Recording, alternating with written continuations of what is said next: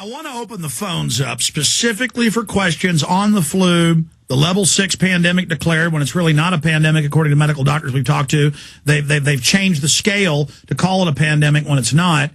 I'd like you to speak to that, but I want to take calls, 1-800-259-9231, but only on the flu and the whole martial law situation, 1-800-259-9231. But doctor, specifically, and Ron Paul agrees, this is a medical tyranny. First, they say we're taking your rights for shadowy people in turbans in Central Asia, in Afghanistan. Then they go, oh, well, really, DHS and Homeland Security and Northcom are for the American people. And yeah, the Patriot Act is being used and non-terror related. And we don't need warrants anymore to take your blood at checkpoints or bust in your house. And, you know, but that's not even good enough. It's perfect to then say everybody could have the flu. Everybody could be carrying it. And it's just a perfect excuse to further expand under UN control the takeover of nation states. And under level 6, we are under UN control right now. I mean, do you get what I'm saying here? That flu is the perfect thing to create the ultimate boogeyman? Oh, absolutely. And I'm in total agreement, Alex, with everything that you just said. Because one thing has led to another. And the thing that bothers me about all of this is that, you know, somebody's out there making those FEMA camps. Somebody's hammering nail into wood. Somebody is making those shots and giving them to people. Somebody is putting documents in place and signing their names. And who those somebodies are our neighbors, our friends, people we go to church with, people that are in our schools, our soccer teams. Why is it that people who are doing those things can't see what's happening and stop, and let's all band together, and it's really us Americans. There's 300 million of us and 550 of them.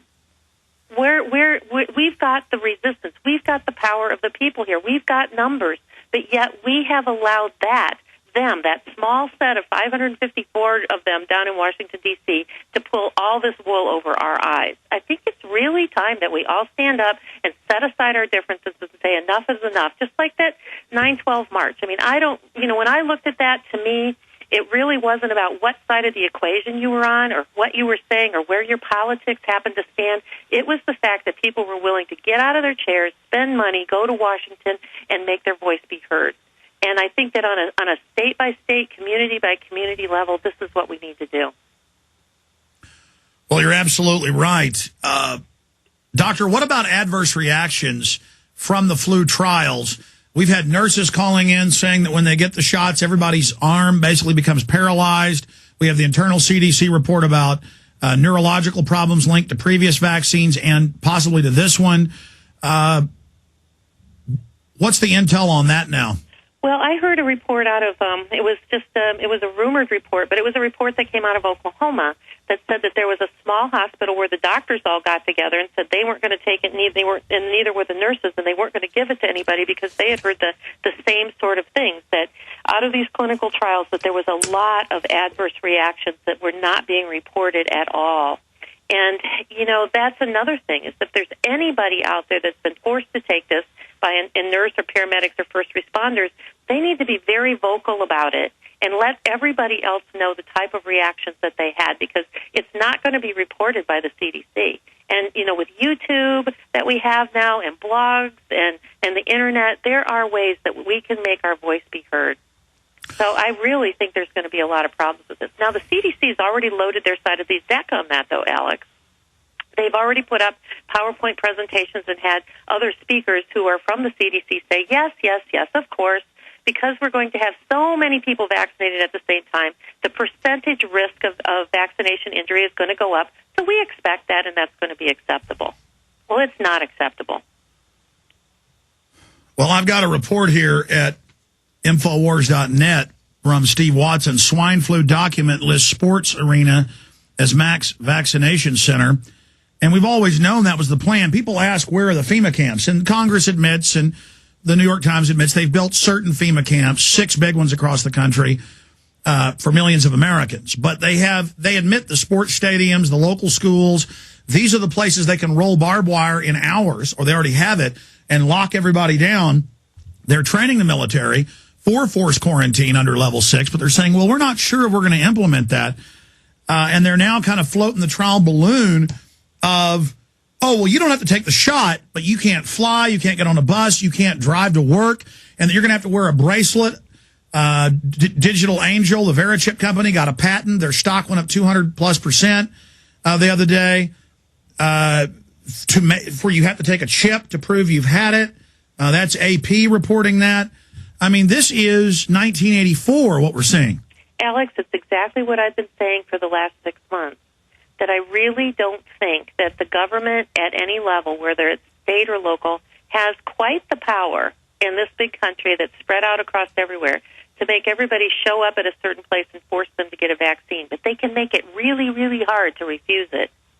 And the really hard to refuse it is that list of things that you already said. And, you know, you can't go to places where there's large congregations, which could be church, could be the grocery store, could be if you have a place of employment that has more than 30 or 40 people, that they would hire a security guard at the door, and you have to either show your digital chip or your card that looks like a driver's license. Or bracelet. Or a bracelet or anything like that. And, you know, I'm just this doctor out here in Cleveland, Ohio. And if I can think of that and you can think of that, certainly those who would be making those sorts of tools can be thinking of that. No, they're saying that's what they're going to do under level 6. And I've been saying it for 6 months, that was probably that I was very suspicious that was coming down the road. So now it's just coming out into full view, and the playbook is being opened up, and more and more people are hearing about it. You're right. We're a 90% urban society. When we had the Great Depression, we were 20% urban. We're totally dependent on government. The highways were designed by the Pentagon and President Eisenhower, and the Pentagon brags. This is how they control our society. They control the resources. They control our currency. The UN, Maurice Strong, the head of their program in 92 at the Rio de Janeiro summit, we have his quotes in the new film, said they were going to deindustrialize us to make us go into their control for eugenics. And this may be the big final giant beta test to then launch the main attack in the next 2 to 3 years, or this could be it. And I think they're gauging, testing the public, testing our response, and have it in between red light and blue and green light. They are looking, and I believe in the next week or two are going to make the decision. And I've really learned how to guess what they're going to do. They're making the decision whether this is the final beta test or if they're going to go live right now. And God help us. You know, there was a report that came out from a meeting that happened in Washington just a couple weeks ago.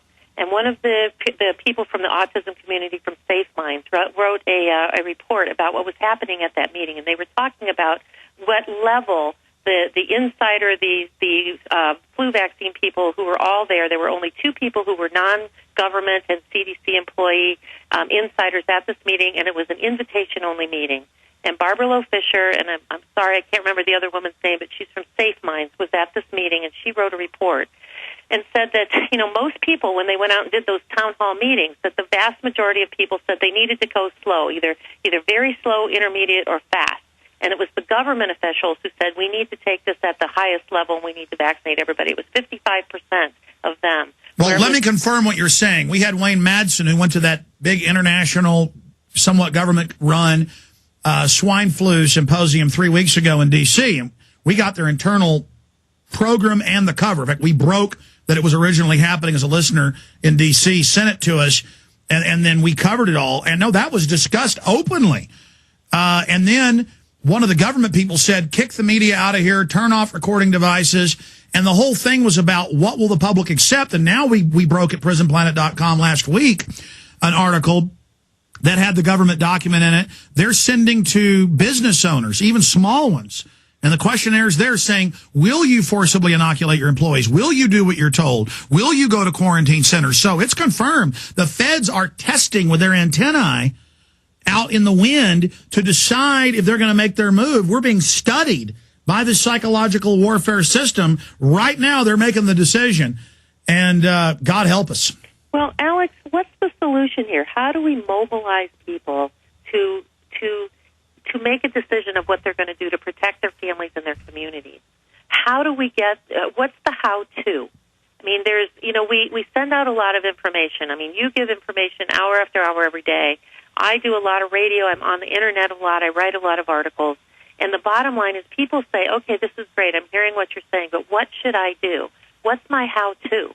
Well, we can't tell you get sunshine and get colloidal silver. We can't. I mean, we're telling you they're going to set up checkpoints, so they decide to drop the hammer. All I can do is try to reach as many people as I can, and spend up most of my time just trying to fund my operation.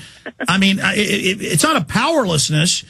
We know we're reaching more people than ever, but it doesn't look like it's enough soon enough